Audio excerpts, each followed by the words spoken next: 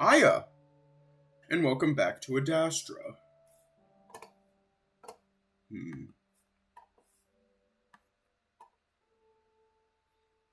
The game with the pretty sound and the pretty wolves, but the not so pretty story.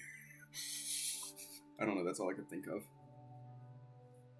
Anyways, let's just jump right in.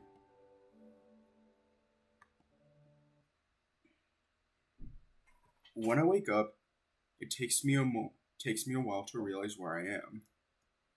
I stare at the flowers and leaves gently lit up by the garden lights until I remember that I'd fallen asleep there. Groggily, I call out for Calm, and according to him, I've been out for about 2 hours, but the sun here always moves fast across the sky.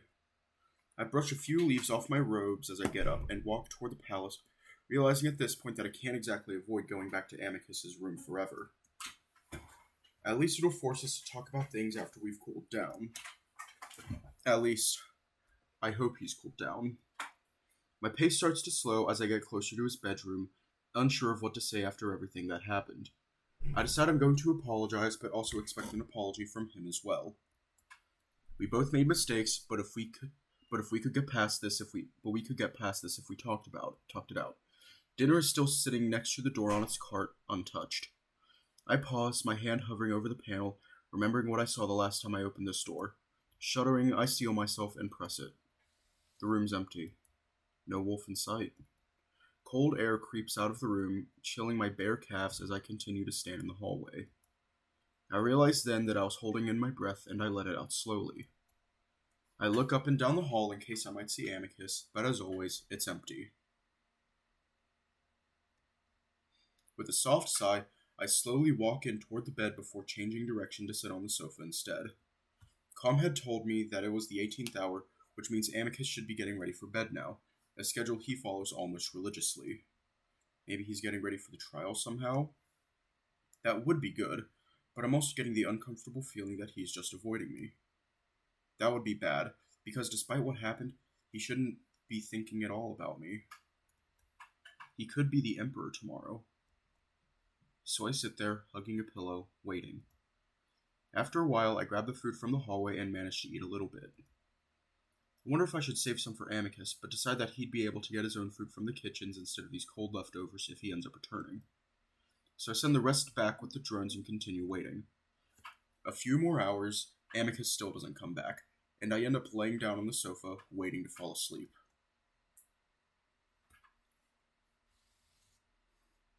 The sound of the door opening jolts me awake, and I quickly sit up, turning to look. Amicus? I stare at the jackal for a moment, feeling a sudden surge of anger in my chest. Hello, Marco. Are you not coming to the trial? I look around. What time is it? The 7th hour, which means the trial starts in less than an hour. Where's Amicus? Preparing for the trial. He hasn't been back all night. He was meditating most of the night. All night? Indeed. I frown at the jackal. What do you want? Nefario walks further into the room, slowly before stopping in the middle a good 15 feet away. To escort you to the trial, if you'd like. And to also talk. About what? I've already told you that you don't need to play stupid with me, Marco. I sit up straight, turning to face the jackal more directly. I'm not. I'm just wondering why the fuck you have the nerve to show up here after taking advantage of Amicus like that. What? I don't think I've ever seen Nefario caught off guard, so the sight is kind of funny. I smirk. Well, that's certainly a way to look at it. What other way is there to look at it? Plenty, if you'll let me explain. I sit back on the sofa, crossing my arms. Amicus already explained. I become your pet to protect me from Cassius, and in exchange for that, you made him fuck you in the ass. Again, the jackal looks shocked, then he laughs, the sound high and soft. Oh dear, there are many ways to look at this, aren't there? His sudden cheerful mood irritates me. Listen, I honestly don't want any part of this. Yes, but you are already a part of it. Whether you want to be or not, so please, allow me to explain some things. I don't say anything, keeping my arms folded, my expression bored. The jackal seems to take that as his cue to continue. Amicus approached me about this deal a week ago, shortly after the incident with Cassius. It seemed simple enough, and I had to agree with him. Your position in this power struggle is becoming ever more precarious. I raise an eyebrow. How so? The rumors about Cassius's intent to disband the triumvirates have saturated the trial, even though Cato has banned all discussion of it. Word is that Cassius has realized who might have started the rumors. Nefario looks pointedly at me, though I try to keep my expression neutral. This has implications for you, obviously, but not only because you possibly sabotaged his chances at the throne. I feel my stomach turn a little, realizing I've gotten myself into way more than I'd ever intended. This also brings into question your intelligence. Far too intelligent for a simian, wouldn't you say? I open my mouth, but Nefario goes on. Now, with all this considered, it was only natural for Amicus to come to me for help. Your life is in danger, Marco, no matter the facade these peaceful palace halls might project. I stare at the jackal, surprised at how candid he's being with me. He asked me what I wanted most, and I answered truthfully, an alliance with the wolves if Amicus were to become emperor. Of course, he declined outright, as he should have as the prospective emperor. How could he promise something so important with so many implications, all over one pet? So, knowing that was impossible, I offered something a bit more selfish on my part. Copulation with the handsome son of the Wolven Emperor. To this, he only needed a few moments to agree. I grimace. But I want you to understand something, Marco. If Amicus had found even that disagreeable, I would have simply asked for nothing. It is the duty of all Chemians to protect any sapient fleeing Wolven violence, whether they be sibling, child, or abandoned. Pet ownership is illegal where I'm from, and the idea is quite disgusting. Don't you agree? Nefario glances at me. But wolves love their contracts, and no matter how different Amicus might wish himself to be, he is still a wolf. He despises the idea that he might owe something to a Chemian. And his quickness to accept the deal showed me that despite how much he wanted to not fuck me, as you put it, there was a part of him that did. In the end, he was willing. I look away, frowning. And I think this is something that has caused a rift between the two of you. You must understand that sex is casual here. It means nothing more than indulging in our corporeal desires. It's one of the few cultural similarities we share with the wolves. I've been told that simians are more similar to cats in that such things hold much more meaning. But you are no longer on Simia, and must understand that things are different here. Even if he wants to, which I believe he does, Amicus can't change his philosophy over the course of a single week. I finally find room to speak. You're acting like we're in a relationship or something. You aren't, but you want to be. Amicus loves you. It's clear as Vita, as they say here. I feel that little thrill in my chest, and my face blushes furiously. Nefario goes on like he didn't actually just say that, though. So yes, if you don't like the idea of Amicus fucking another man, then claim him as your own man. I frown. Claim? I'm going by Wolven terms here. I'm sure you have your own. Did Nefario just ask me to ask Amicus out? Now, does that clear things up for you? Even though I just woke up, I'm already feeling exhausted. I guess there was a little more to it than that, though. Which I'm sure can be settled in the future. Civil discussions can do wonders. Now, we really must be getting to the trial, if you're wanting to go. Nefario raises an eyebrow at me. I find myself shaking my head, but not to deny the jackal his request. Rather, it's because I don't know what the hell this guy is up to. I get up, and Nefario offers his arm to me, which I stare at. Shall I escort you? This is something that I'd seen the jackal do multiple times to Virginia and Alex. For some reason, he seemed to really just enjoy escorting people around. However, I still really don't trust this guy, and I don't want him to feel like he's won any points with me. So I shake my head. Nah, I'll just follow you. As you wish. I follow the jackal out the door, my footsteps much louder than Nefario's. As we continue through the halls, I notice that we're taking a different route than the one to the throne room. Where are we going? To meet the star of the most asinine entertainment show in the galaxy. What better way to determine the fate of all things, siblings and parents alike, than through meaningless woven spectacle? What? Nefario pauses in front of a door, his paw held delicately up to the panel. What I'm saying is that quite a lot is dependent on your wolf right now, and he might need some encouragement. I'm still staring at the jackal when he finally presses the panel, opening the door. When I look back, I find myself looking into a much smaller room, simple and bare, just a bed and dresser. The air is thick with the calming smell of incense as it creeps into the hallway and washes over me in a warm wave. And there, sitting on the bed, is Amicus. Before I can look back at Nefario, the wolf suddenly looks up. We both stare at each other for a moment, then the wolf is suddenly on his feet, stumbling toward me. He stops halfway across the room, though, paws clasped in front of himself. I've never seen him so disheveled before. His fur is stuck up all over his neck and shoulders, his cape is askew, his eyes are red and bleary. Before I know it, I'm walking into the room toward the wolf. Are you okay? Amicus tries to smooth his fur down, but it sticks right back up. I'm fine. I was just meditating. You look awful. Isn't the trial in less than an hour? Yes. There's a moment of silence that goes by as I just stare at the wolf. Are you going then? You should get ready. Marco. I stop, waiting. The pause is long, but when Amicus finally speaks, his voice is so quiet I can barely hear it. I don't think I was meant for this. My heart sinks. Meant for what? Everything in this damned empire. I've done absolutely nothing right. Everything has been handed to me on a platter my entire life. But the first time I actually have to fight for something... I know you don't think I took this seriously, but I did. I tried. I wasn't prepared, and you were right. I see a little wetness around his eyes, but he aggressively wipes at them with an arm. While weeks ago I might have welcomed this epiphany, this is the absolute worst moment for it.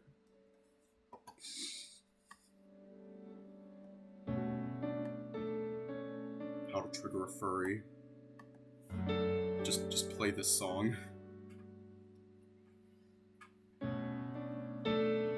couldn't even keep my best friend. I would have been a terrible emperor. It takes me a moment to realize that he's talking about me. Amicus. I'm sorry. I'm sorry I didn't tell you everything. That I treated you poorly, that I got you into this stupid mess in the first place, and that I can't get you out of it.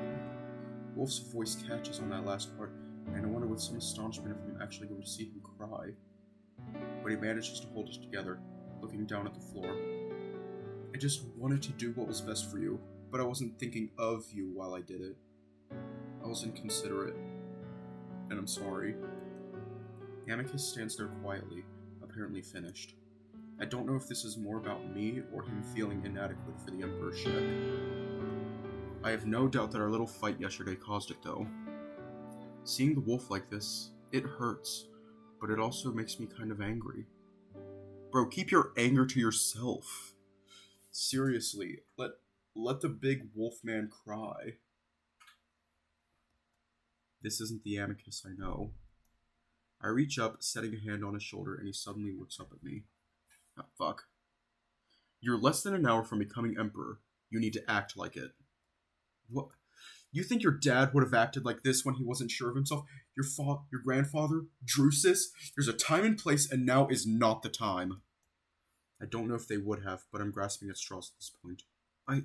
And honestly, this is about a lot more than you, or me, or anyone here.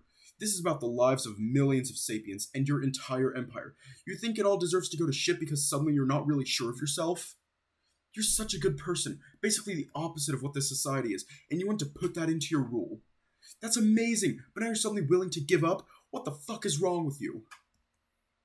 Yeah, you made a bunch of mistakes, but that doesn't matter now. What matters is that you make sure that your piece of shit brother of yours doesn't take the throne. So you better get your ass out there and beat the hell out of him in this stupid debate. I'm not sure of what else to say, so I stop, breathing hard. After a moment, I realize that the wolf is smiling at me, and it takes me a moment to calm down from my Hollywood movie pep talk. What? I am going to go out there, Marco. There's no doubt about that. I was just having a moment. I was trying to be more honest with you, but thank you. I frown. Well, you sure picked a hell of a moment to have it. I know. I've just been having a terrible time after yesterday is all. I needed to apologize to you. I deflate a little, but there's some relief there too, seeing Amicus somewhat back to his old self. Well, I forgive you, but this is a lot bigger than us right now. I know it is, and what I'm feeling is a lot bigger than us as well. Wolf sets a paw on my shoulder. But I'm honest about what I said. I'm sorry, and I will never do anything involving you without your consultation again. And I will take your cultural differences into better consideration in the future. I look up at Amicus, at his earnest face, and I find myself hugging him, and he hugs back tightly. We still need to talk about things, but we can do that later. You need to kick Cassius's ass first. I know. Amicus pulls back, both paws on my shoulders now. And I will. There's a gentle clearing of a throat behind us, and we both look back to see Nefario casually lounging in the doorway. If you're finished, the trial begins in 30 minutes. Immediately, Amicus scowls at the sight of the jackal, but he nods. I'd better be going then. Yo, am I able to, make the thing slightly transparent? Damn, I can't. Okay. Actually, let me Google that real quick.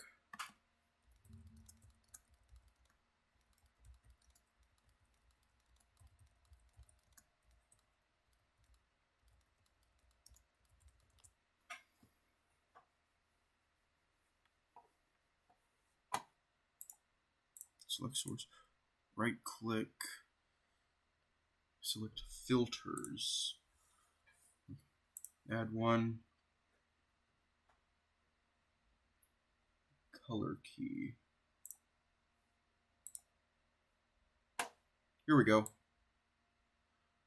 There we go.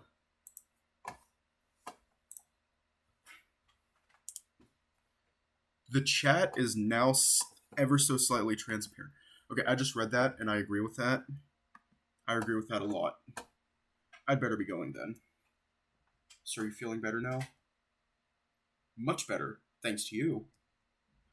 I smile as I feel a wave of relief, even though this is just like Amicus to be so easily cheered up. I allow the wolf to pull me toward the door.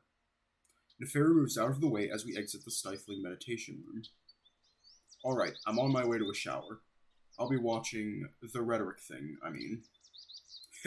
I'll look for you, and we'll talk after this? Yeah, we'll talk after your emperor. Alright. Amicus leans in to kiss me on the lips, then pauses before planting it on my cheek instead. With that, he winks, then turns and dashes up the hall, running at a full sprint. I hear a soft chuckle behind me. Well, that went rather well. I didn't think it would be half as easy. I glance back at the jackal as he basically reveals he's been planning this all along. I guess it was obvious. Oh shit, I forgot I can't hide my cursor there anymore. Shall we head to the throne room? They'll be wanting us sitting down early so they can film us. The whole thing is a dreary spectacle after all. Alright. With that, I follow the jackal toward the throne room, hoping that what I'd said to Amicus is enough to get him in the right headspace to help him win. In just a few hours, I know if I'll be leaving soon or staying for a long, long time. Either way, I'm just glad that this happened. I follow Nefario to the throne room, the cavernous space just as empty as it was during the first trial. Like the first trial, though, a few of the palace regulars are sitting on the benches, Virginia on the left side of the room, while Alex sits on the right. The cat is sat alone, looking tiny compared to the rest of the room, his tail curled neatly under his paws in his lap. He smiles when he sees me, and I make as if to go to sit next to him, but that's when the jackal grabs my hand. I pause, and I see Alex's own inquisitive look before I turn to Nefario. What? Why don't we give Virginia some company? The jackal smiles at me gently, one of his ears flicking in the direction of the she-wolf. You can. I was going to go sit with Alex. Nefario's expression doesn't change, but he doesn't let go either, and his voice takes on a gentle but ominous tone, making me feel a little uncomfortable. Depending on how this trial goes, we may have some business to take care of before it officially ends. It would be best if you are close to me. It's then that I realize what he's getting at. Although I don't know what the process of becoming Nefario's pet is, I imagine it involves some sort of official business, like signing something. So I give Alex a little frown and shrug, gesturing at the jackal. The cat continues to look confused, so I turn away and follow Nefario to the benches on the other side of the room. Nefario. Virginia sits daintily on the bench, one leg elegantly crossed over the other as she holds up a paw, which the jackal kisses. Good day to you, Virginia. Even though I try to stay behind Nefario, Virginia peers around the jackal's muscular side to stare straight at me. I see that you've brought a guest. She holds out her paw again, and it takes me a moment to realize that I should kiss it. I did start that trend after all. Indeed, Amicus requested I keep him company during the trial. As I come up from the paw kissing, I see Virginia frowning. My brother shouldn't be burdening you with a silly chore like that. The pet is capable of staying in his room, I imagine. It was a mutual agreement. Besides, he is rather good company once you get to know him. Oh, really? It seems our little simian is full of surprises. The she-wolf looks pointedly at me, and I don't have much time to wonder what she's talking about before Nefario is sitting down next to her, pulling me to his side to sit next to him. That would be an accurate observation. There's a momentary pause before I see Virginia lean forward a bit out of the corner of my eye. When she speaks again, her voice is lowered. So the rumors are true? There's another pause, this time from Nefario. I don't believe I'm in a position to speculate on that. It is not my place to involve myself in woven politics. Virginia laughs softly, one that sounds completely fake. Ah, shit. I'm not a fool, Nefario. I may enjoy your suave tactics, but I'd rather you not use them against me. I would not dream of such a thing, Virginia. Surely. Virginia shifts again, and now I know for sure that she's looking directly at me. So, I suppose he understands what we're saying then. Well, he is sapient, and he does possess a lingua. I mean, he understands us. Virginia puts even more emphasis on the word. I see Nefario looking at the floor, still smiling, though his paws seem to clasp each other a bit tighter than usual. You know better than I, being a wolf. Our children are as intelligent as ourselves, so I'm used to such an idea. Don't feign ignorance, Nefario. You've been around him far more than I have. It's a simple question, and one you should answer honestly. Otherwise, am I to assume that you've brought a little spy to our conversation? Although the words seem harsh and dangerous, Virginia's tone is light, and Nefario just laughs. You accuse me of deception, yet we both know you've already figured out the answer. Why do you feign ignorance? The wolf fans herself with an air of nonchalance. It's the best weapon in discourse, and it is easy to feign stupidity, at least for me. It is expected on my part. And why would you say something like that? I have a vagina, Nefario. That's getting me clipped. No, I made a clip of that. It takes me a moment to absorb what Virginia just said, but Nefario's already chuckling with what's probably the first genuine laugh of the conversation. I see Nefario look over at us again, and this time it looks like his eyes are narrowed a bit. It takes the jackal a few seconds to get himself under control again as Virginia continues to wave her fan, looking rather pleased with herself. Sorry, I'm not used to bluntness here. It's not impossible for us to be blunt on this moon, Nefario, especially amongst friends. I notice the wolf is looking at me again, and once again I look down. Anyway, seems you made quite the mistake in overlooking Simia. I may have to do a little research of my own in the archives. Amicus clearly knew something that we did not. Research? I feel my stomach drop. Although Amicus had assured me of things, I don't know if I really look like a simian. All it might take is a picture to know that I'm not actually from Simia. I've tried to put that thought out of my mind for now as the doors suddenly open and Cato walks in, making his way quickly to the throne. Virginia finally takes her eyes off of me, and I can only hope that she's not going to follow through on her research plans. The throne room is so quiet that I hear the old wolf grunt as he makes his way up the stairs before turning to face us. After a few seconds, he sits down, his heavy muscular body slouched a bit in his seat, gazing at us through his visor. A few more moments pass in silence, and just as I'm wondering if the trial is going to begin, I hear a soft mechanical whirring sound as the panel in the ceiling opens up. A dozen camera drones drift down lazily, fanning out in the air to position themselves in various locations throughout the room. One of them floats towards us and hovers just above our heads, the lens seeming to focus on my face. I drop my head again, the action having become second nature since I landed on this moon. Nefario nudges me, though. Come now, Amicus brought you here to be seen. His tone is light as always, but I sense he's not saying that just to tease me. We're all playing a role here, and my role is to make Amicus look good, to show off the triumvirates that he went to great lengths to obtain an exotic, fascinating alien pet. I might not like it, but that doesn't matter right now, so I lift my head. Instead of the dumb, vacant gaze I've been using this past month, I go with a completely straight face. Watch the red light on the top of the drone. When it turns green, know that you are being broadcast. The second trial will begin in 10 seconds. With that, the lights slowly dim and everything goes completely silent. I just sit there, looking toward the throne, Cato sitting as motionless as an ancient Roman sculpture. Then the doors open, and we all look over, including the cameras. In walk Amicus and Cassius, side by side. They must have been waiting out there next to each other, just like Alex and I had been before the second trial. I have to wonder what that must have been like. Without a word, the two of them walk up the broad, carpeted aisle in sync with each other. I stare intently at Amicus as he passes, just in case he looks at me and I can give him an encouraging smile. He looks straight ahead, though, a more serious expression on his face than I've ever seen. Everything stays quiet, the only sound being the muffled shuffling of their padded feet and claws on the carpet. Once they reach the foot of the stairs, they come to a stop before they both bow deeply to Cato. This lasts a few seconds before Cato finally shifts again, breaking the illusion that he was made out of stone.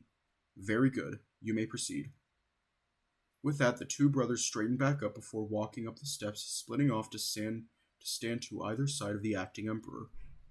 They turn around and face us, both standing at attention, arms straight down at their sides. A drone levitates from the ceiling, coming to a gentle stop mid-air in front of Cato. I notice the tiny red light on top of the drone turn green and the old wolf fixes his eyes on the camera. Welcome to the trial of rhetoric. Rhetoric has been a long staple of Wolven civilization and one of our greatest assets. While known for our strength and tenacity, so too are we known for our use of words in negotiation. Nefario snorts next to me, loud enough that I wonder if Cato was able to hear it. I hope not. I hope he did. This is why it is not only important that we honor the art and history of debate today, but also prove our ability to use it well. Being a competent rhetorician is essential to being a competent emperor. Remember the rules. You will have the floor for 20 minutes. Do not reference your challenger. Now, Amicus. I see the slightest of twitches in Amicus's frame as he continues to stare ahead. Yes, Emperor? Please, honor Adastra and proceed to the floor. Offer your policies through the art of speech. There's a slight pause, then Amicus makes his way down the stairs. If he's nervous, which I know that he is, he's not showing it at all. His movement's calm and reserved. He walks several paces forward, away from the stairs to stand in the middle of the aisle, just slightly ahead of me. He's so close. I wish I could just say something, get up and give him a hug and tell him that he's going to do great. But I know that time has passed, that the moment that everything has been building up to has just arrived. It's a strange feeling, watching something that's going to have such a huge impact on your life, but not being able to participate at all. I can only hope that Amicus is ready. He begins to speak, and when he does, it's not like his usual voice. Instead, it's deeper, broader, sonorous, I guess. Actually, it's closer to human singing.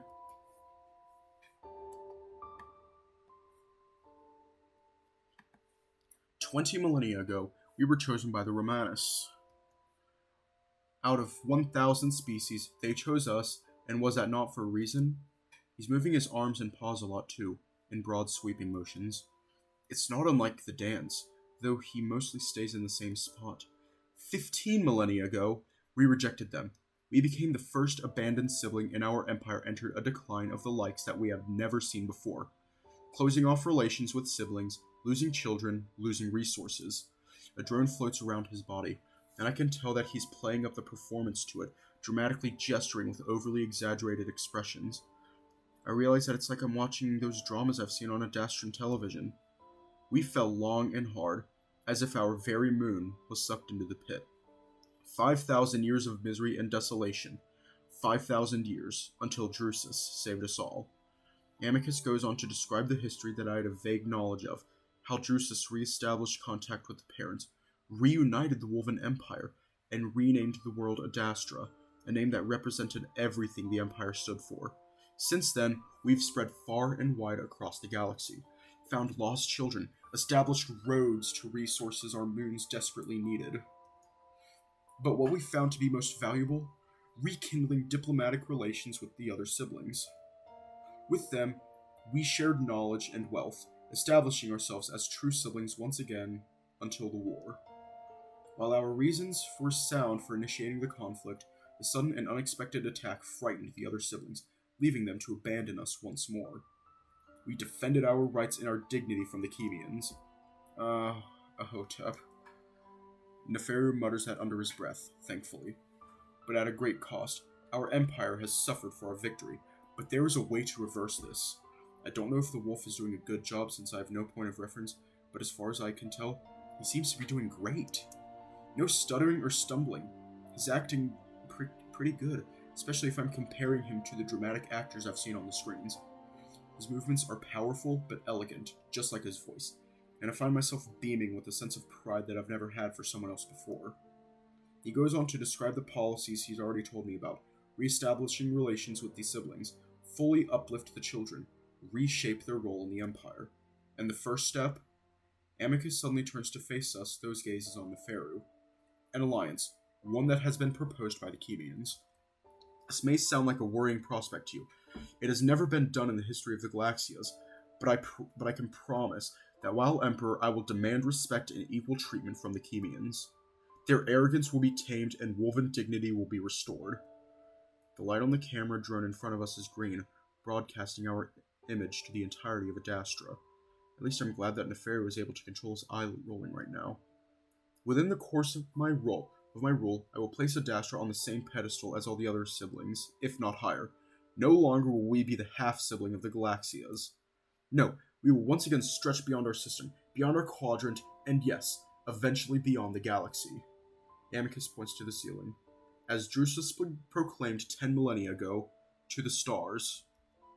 So I say now, to the stars and beyond. Amicus pauses dramatically in that pose, then bows before turning and walking back to the throne. Thank you, Amicus. Cassius. I let out a breath, watching as Amicus makes his way up the stairs, passing Cassius as his brother makes his way to the same spot on the floor. So that's it.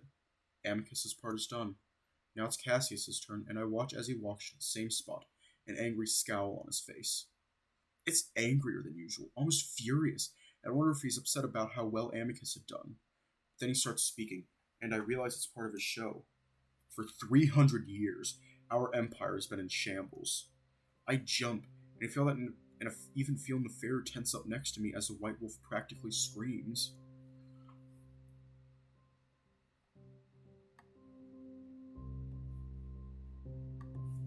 Not because of the war, not because we chose a different path. No, this is because of Drusus and his flawed vision of the Galaxias as a whole. My brother was right about one thing.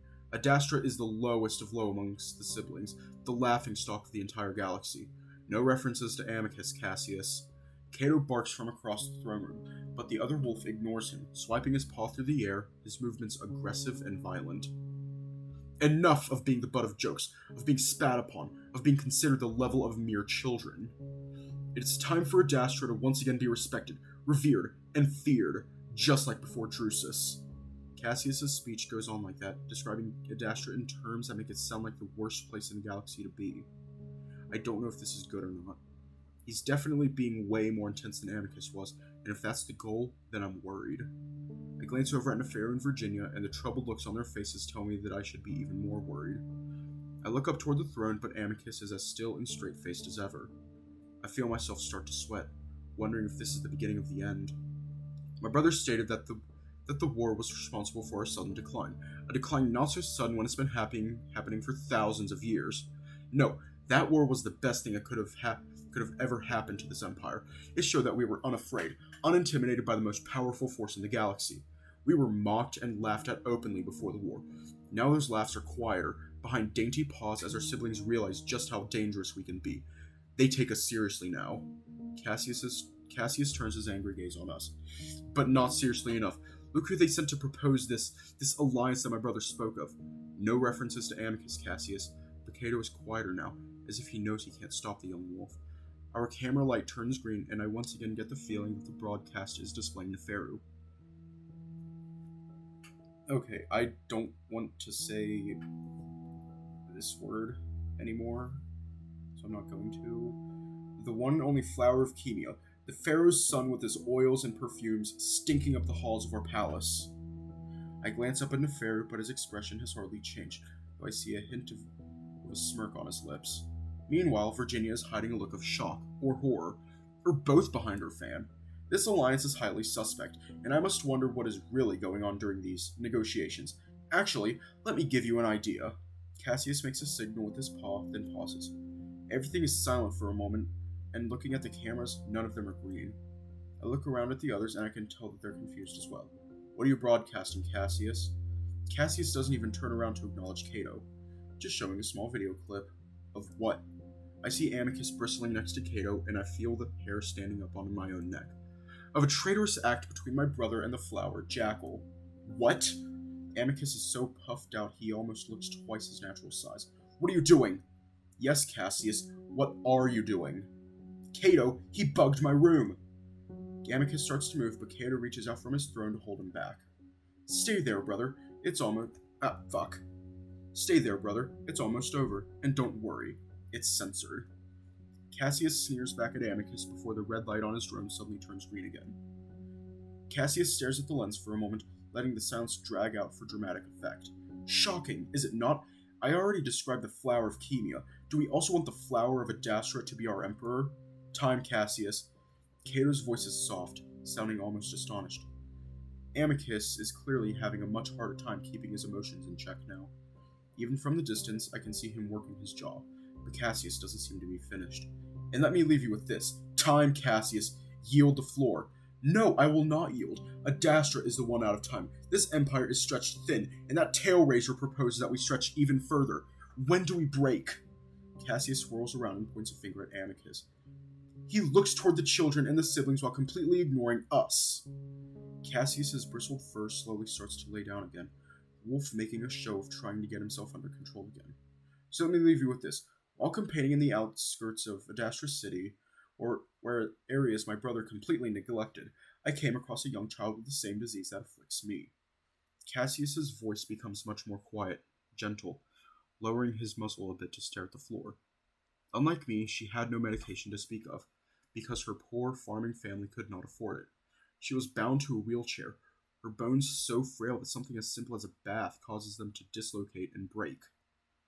Cassius's voice catches, and to my surprise, I see a tear slide down his cheek. How dare this empire let our people fall into such a state that we cannot even care for our own people. I'm hearing that even now, we can't afford to vaccinate those beyond our glittering city. Cassius looks up at the camera. It may seem as if we cannot hear you past the walls of this palace, but I hear you. I promise to always hear you. I will not cater to the needs and wants of the siblings or children, to the Adastra City elites or officials. Cassius sweeps a paw dramatically to his chest. Not to the stars, but to you, the people of the Empire. Thank you. Cassius bows low to the camera before turning to walk back to the throne.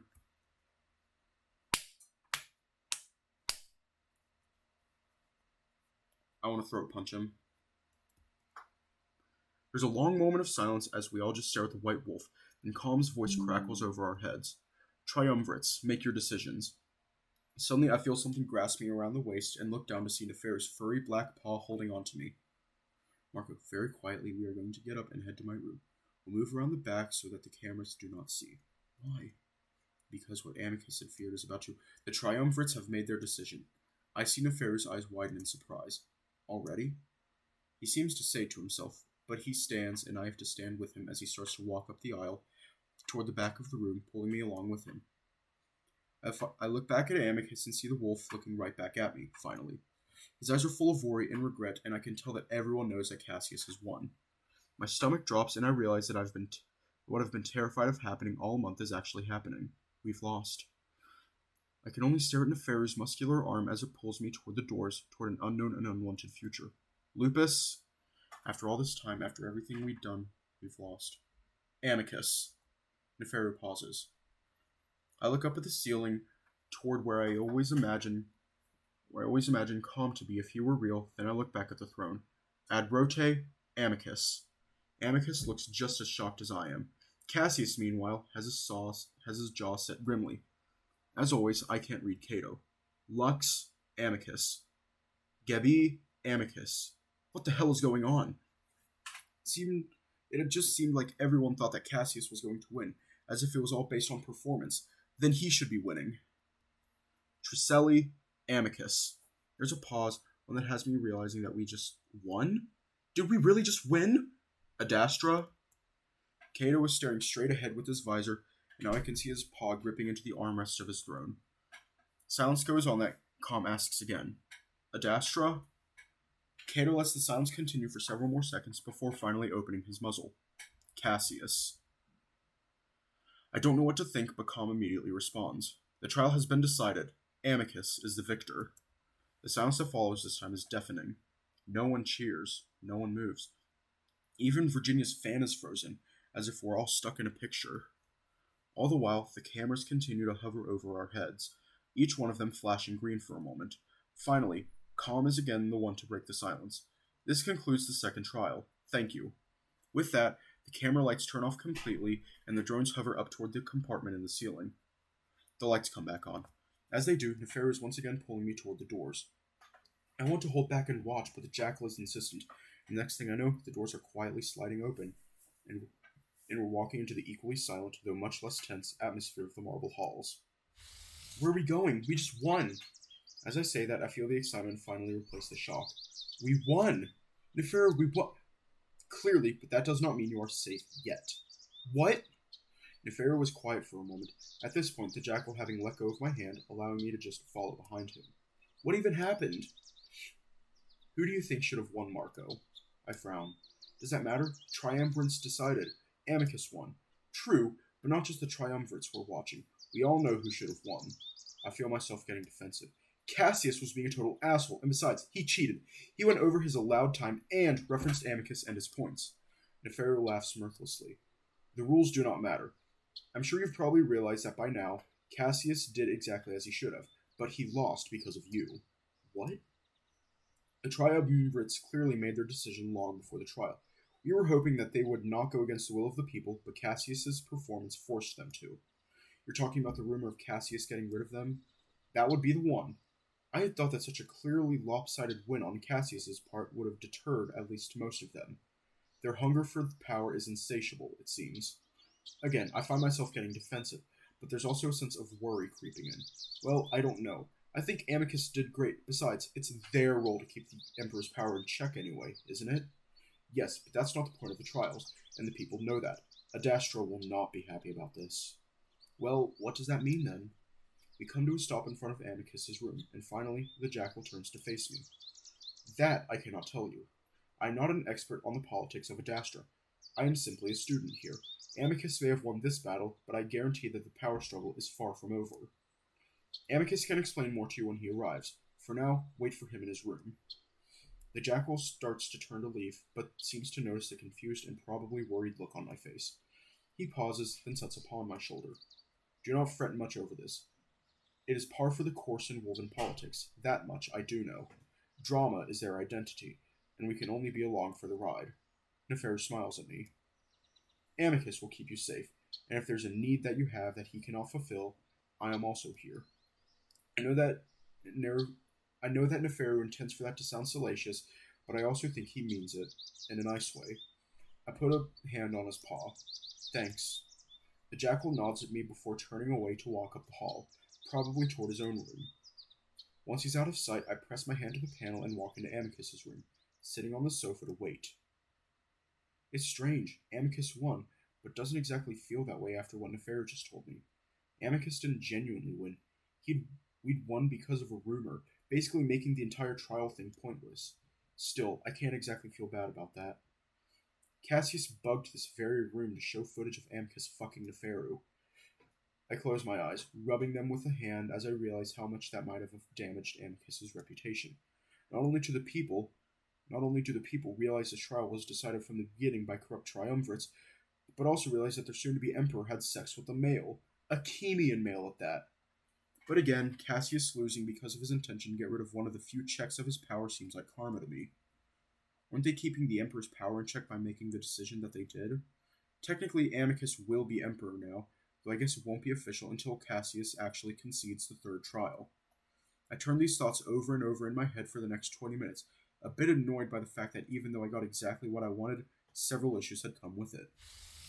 Suddenly, the door slides open, and I forget my worry for just a moment as I see Amicus standing there. He only gets a few steps into the room before I'm already there, wrapping my arms around his body as I hug him. Whoa, hey Marco. Everything alright? The wolf sets a heavy paw on my head, rubbing the pads gently against my scalp. Are you? Of course. Amicus smiles down at me warmly, but having known him for this long, I know that's not exactly true. Well, we won. We did. He's quiet for a bit, continuing to rub my head. This isn't really how I imagined it would go. Amicus laughs softly. Neither did I, but we did win, and that's the important part. Amicus hugs me tightly again. Is what Cassius did when he showed how bad was that? Amicus grimaces. Bad, but I'll find a way to get through that. Seems my first job at Emperor will be rebuilding my image. When do you become Emperor? As soon as Cassius gives up. I don't think he's in the mood to do that quite yet, though. We stand there for a while, Amicus continuing to stroke my head as I lean against his chest, listening to the soft beat of his heart. I'm just glad it's over. I feel the same. So what's next? Well, for now, I must go to the city. The Triumvirates requested the Imperial family be seen at once. Oh, why? Well, everyone assumes the trial's to be over. They'd like to discuss things with the family before they leave Adastra for their own cities. I see. They also requested that you go. I lean back up to look at the wolf. Really? Yes, but I told them not to expect it. I know you wanted to see the city, but it's up to you. Well, it won't be the actual city, just the districts where the delegates live. Things are a bit chaotic in the city center at the moment. Chaotic? The citizens are excited after the trial. Ah, I imagine excited means angry. I could, but doing official stuff seems kinda scary. You wouldn't have to do anything, just look happy to be there. But it's up to you. Would it help you? Possibly. I would certainly be happy to have you there. Then sure. Amicus's... The wolf's eyebrows go up in surprise. Oh, really? Alright then, let's go. Now?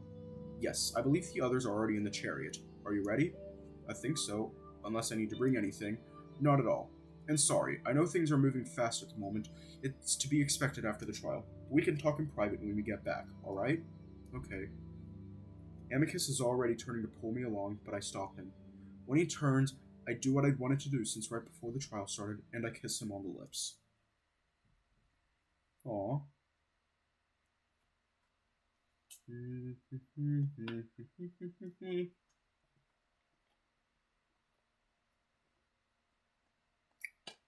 Water. The chariot is really just a large metallic carriage. It has benches inside with an open top. There are no horses, of course, and it seems to move on its own. It is the first time that I've ever seen wheels being used for transportation here, though. As we're walking up to it, I notice Virginia and Nefario already sitting in the front. Cassius is in the back with Alex. He's very deliberately looking away from us. I whisper to Amicus as we get closer to the chariot. Cassius is going? Yes, I think Cato made him go. Despite everything the White Wolf has done, especially in the trial, I can't help but feel a little sorry for him. I can't imagine having to go out in public right after your years-long campaign was defeated. Amicus hops in first, sitting next to Virginia before reaching down to me to pull me up next to him. I thought we'd be flying there. We usually do, but since the ship we used to take the city crashed a few months ago, we decided the chariot is safer and more inconspicuous. Yes, something that will come in handy considering the state of the city right now. Yes. What's the state of the city? Virginia fixes her eyes on me, really looking at me for the first time in a while. Riots. Looting the usual. It would have been unusual for Adastra City, compared to, say, Lux. Amicus glances at me, but that's when there's a sudden jerk as the chariot moves forward, toward the tree line. Virginia looks at Amicus. I must say, your pet is much more fascinating than I originally thought. He could barely speak when I first met him. Yes, he was shy. I guess I should have told Amicus that my act had been exposed at this point. Well, we must reconnect with Simia then. They seem oddly intelligent. Yes. Oh, thank the gods for the trees. Vita is much too harsh today. Amicus clearly tries to change the subject as the road turns into the thick forest. We're blanketed in an eerie green glow as the forest envelops us. Strange glowing insects fly around our carriage, and I notice how ancient the trees look, gnarled and rough, almost completely blocking up the sky. Hopefully they allow us to freshen up a bit before the ceremony. I'll be a mess by the time we reach the city. Virginia whips out her large embroidered fan again, waving it frantically in her face. I kinda wish I had one too, my skin almost immediately sticky to the humid air. You will look fine, besides, we'll all be in the same state. Amicus glances over at the jackal. I have to wonder what brought you along, Nefario. My presence was requested. By whom? Oh, for the sake of Vita, don't start, Amicus. What? I'm simply curious. No, you're trying to start a fight, which is the last thing we need in front of the triumvirates. Besides, isn't your policy to befriend Chemians? An alliance isn't a friendship. Chemians see it as friendship. Besides, everyone probably thinks you're already very close after what was broadcast. Virginia! She hides her smirk behind her fan as Nefario grins beside her. I'm simply reminding you that it might still be fresh in everyone's mind when we get there. Amicus slumps in his seat, legs stretched out in front of him. All the more reason to seem distant. That will probably affect my reputation for years. Oh, don't be so dramatic. People love such scandals. They simply pretend to be outraged. Amicus snorts but doesn't say anything more, signaling that the conversation is over. I wonder if Cassius, sitting right behind us, is listening in. Probably.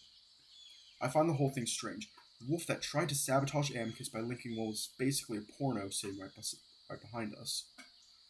I turn my head ever so slightly, trying to look at Cassius to see if he's looking at us. I don't see anything, so I turn around more fully and find that the white wolf is laying down, eyes closed with his head in Alex's lap. Alex looks up at me and smiles with a wave. I wave back awkwardly before quickly turning around.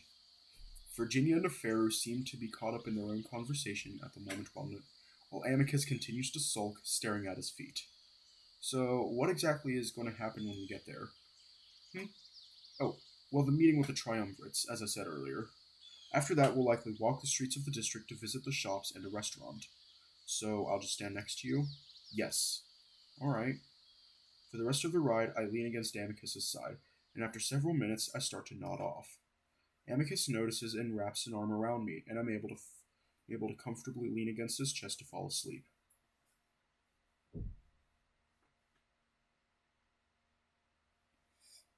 The next thing I know, I'm being nudged awake by Amicus.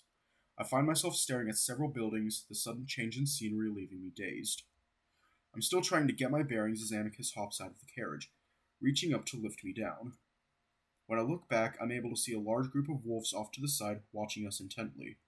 Immediately, I feel self-conscious, the crowd being the largest gathering of wolves that I've ever seen in person. They come in all shapes and sizes, and I'm surprised to see a few of them that are almost as short as I am. The one characteristic that all of them share, though, is their thick-bodied stature. Amicus guides me around to stand in front of the chariot with Nefario, Virginia, Cassius, and Alex holding me close to his side. One of the old wolves steps forward from the group. Welcome, Imperial family. Thank you so much for coming on this day of the second trial. It was a marvelous show. That seems like a bold thing to say after a clip of Nefario and Amicus having sex was shown. There doesn't seem to be any awkwardness, though, the old wolves looking eager to talk to Amicus. I am Cicero, first triumvirate of Ad Rote. The old wolf walks forward toward Amicus, setting his paws on the bigger wolf's shoulders and touching the sides of their muscles together. Out of the corner of my eye, I notice Cassius shooting us a sour, angry look. The wolf and Amicus hold a short conversation, the older wolf asking Amicus what he thought of Ad Rote, what problems the city was currently having, and how they might proceed in the future. After that, he then moves on to Virginia, where the conversation is much shorter. Another wolf from the group moves forward to talk to Amicus, the conversation following a roughly similar pattern. There's no talk about Amicus being emperor, but the assumption is there, and when each of them gets to Cassius, it's almost as equally brief as it was with Virginia. Despite the novelty of this situation, I quickly become bored, and the old conversations blend together very quickly as over a dozen of these old wolves come forward to introduce themselves to Amicus. For his part, Amicus does a really good job of seeming enthusiastic from each introduction, mentioning that he already knows who they are and that he thinks very, very highly of their city and region. Occasionally, they'll glance at me and comment on how strange I look, though it's usually with a positive tone, congratulating Amicus on snagging me. That does seem to make Amicus uncomfortable, but I keep a straight face and bow each time, seeming to delight the old wolves with my etiquette. Eventually, these introductions end, but as we start to move toward the shops, the triumvirates continue to follow us, and I find myself having a harder time keeping up with Amicus. He's practically surrounded by the triumvirates. I give up on trying to stay next to him. And even though he keeps glancing at me and calls to me a few times, I just wave him on, instead choosing to walk alongside Nefario and Virginia. Sure, it's annoying, but he's about to become emperor, so it makes sense that he's so popular. As we walk through the streets, wolves call out to Amicus from doorways and windows as he tries to wave at all of them. Further up the road, a group of children, puppies, show up with the flowers in their paws, handing them out to Amicus and the triumvirates. As I watch this happening, I notice a particularly patchy-looking child, no taller than my waist, standing off to the side awkwardly, looking right at me as she holds a flower in her paws. I pause, unsure if she means to give it to me. When I do, she moves closer. So I bend over, reaching out, and her eyes widen, probably simultaneously horrified and fascinating at getting the crazy alien's attention. Nevertheless, she comes closer and shyly pushes the crumpled, wilted flower into my hands before suddenly leaning in and touching the side of her face to mine. For a moment, I see her watery, bloodshot eyes. Then I feel the slightly damp fur brush against my skin before she makes an odd yelping sound and runs off down the street. I stare after her, wondering if I'd done something wrong. Found yourself a gift? I look down at the white flower, noticing that several petals are missing. I guess. That one didn't look healthy, did she? Not really. Maybe Cassius had a point with his speech. I think they both make good points, honestly. Nefario gestures at the gaggle of wolves moving further and further away from us. Better catch up before they leave us behind. Yeah. I look down at the flower again, a bit uneasy now, before dropping it to the road, feeling a little guilty as I do. Bro, I would have kept holding the flower, personally. Even though the ceremony is technically over, the triumvirates don't seem to want to leave Amicus alone. I'm kind of amazed at how well Amicus is dealing with them, considering how irritated I'm feeling. Amicus tries to bring me over to his side a few times, pointing out trinkets and souvenirs that he tries to explain, as if wanting to show me a bit of Adastran culture. It's nice, and I can tell he wants to involve me, but it's far too busy with triumvirates and locals breaking in every 5 seconds to ask or tell Amicus something. I wish he could just tell them to go away, but I know it doesn't work like that. On top of this, my joints are really starting to ache from all the walking, and I wonder if living in the palace for so long has made me soft. Eventually, I just trail the group of wolves, browsing the goods after they do. It's interesting, sure, but everything's so similar to what we have on Earth. Necklaces, earrings, brushes, clothes, nothing all that mind-blowing. Eventually, Amicus very loudly calls out that he'd like to go to a restaurant with his pet, if everyone could please allow him through. I take this as my cue to move to his side, and he immediately puts an arm around mine, holding me close. As we walk up the streets, the wolves still following behind us, Amicus puts his muzzle close to my ear, setting a bit of a chill down over my neck, one that's oddly painful. Everything okay, Marco? You seem a bit uncomfortable. I shrug. Everything around here is new to me, so I guess I do feel a little bit off. Well, let's settle down in a restaurant. We can cool off and catch our breath there. Ah, fuck. The wolf gives me a quick squeeze with his arm, and despite my slightly sour mood, I can't help but smile a bit. I mean, it is kind of cool that my friend is so popular, even if it's because he's going to be the next emperor. We walk into a small but cozy restaurant, and I can tell right away that it's rather upscale with its carved pillars and the fancy tapestries on the wall. Then again, everything in this district is kind of upscale, I guess. The triumvirates follow us right into the restaurant, though, and I let out a frustrated sigh. Amicus notices right away and signals out a wolf standing behind a podium. This particular wolf is staring at us wide-eyed, apparently gobsmacked at seeing the soon-to-be emperor show up in his restaurant. He practically trips over himself to get to us, banging his hip on the side of a table as he does. Yes, your majesty? Amicus grimaces. Just Amicus, please. Could you get us a secluded table, preferably with no one seated next to us? Of course. The wolf stumbles over himself again before leading us to a corner of the restaurant, gesturing at a table there. He then turns to a couple next to the table and begins to frantically hiss at them to move. They stare at him in astonishment until Amicus steps in to stop him. They're fine, just don't let any of that group over there sit next to us, if that's alright. Amicus jerks his head at the gaggle of old wolves, all of them staring at us rather hawkishly. Oh yes, of course. He hurries off towards said group, and we're finally able to sit down. Or lay down. Seats are, of course, in the Roman style. Amicus settles down with a huge sigh, stretching his big body over his bed.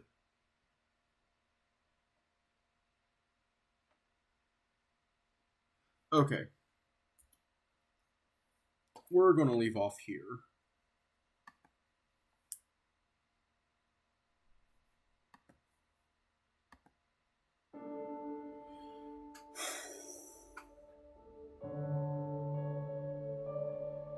I do not know what can be said. Like, I genuinely don't know what can be said. So, stay safe and have a good night.